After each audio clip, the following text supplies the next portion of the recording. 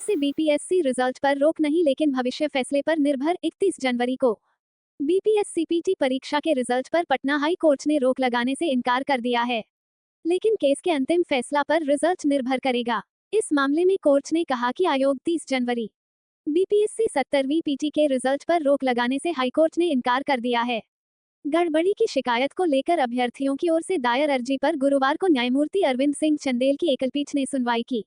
आवेदकों की ओर से वरीय अधिवक्ता यदुवंश गिरी ने बहस करते हुए कहा कि आयोग ने 13 दिसंबर और 4 जनवरी को पीटी लिया, लेकिन परीक्षा के लिए आयोग की ओर से जारी एसओपी का पालन कई केंद्रों पर नहीं किया गया।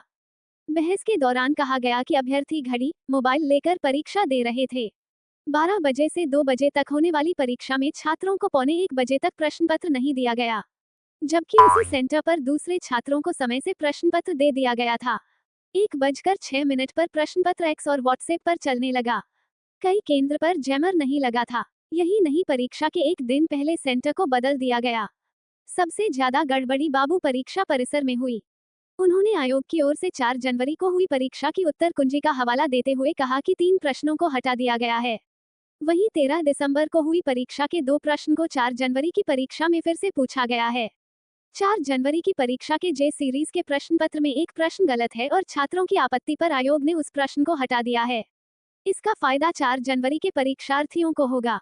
इन सभी दलीलों को गलत बताते हुए आयोग की ओर से वरीय अधिवक्ता ललित किशोर और अधिवक्ता संजय पांडेय ने बताया कि बाबू परीक्षा परिषद के कुछ छात्रों ने करीब 1:05 के आसपास हो हल्ला मचा प्रश्न पत्र को सेंटर के बाहर फेंक दिए। इसे वायरल किया गया। आयोग ने इस सेंटर की परीक्षा रद्द कर फिर से 4 जनवरी को परीक्षा ली।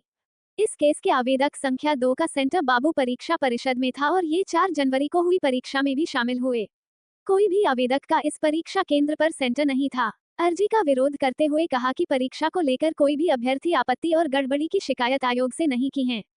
राज्य सरकार की ओर से महाधिवक्ता पी.के. शाही ने कोर्ट को बताया कि परीक्षा को लेकर सुप्रीम कोर्ट में केस दायर किया गया था।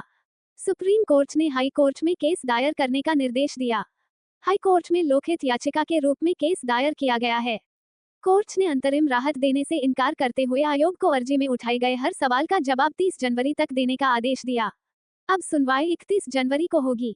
कोर्ट ने स्पष्ट किया कि आयोग यदि पीटी का रिजल्ट जारी करता है तो रिजल्ट इस केस के अंतिम निर्णय पर निर्भर करेगा।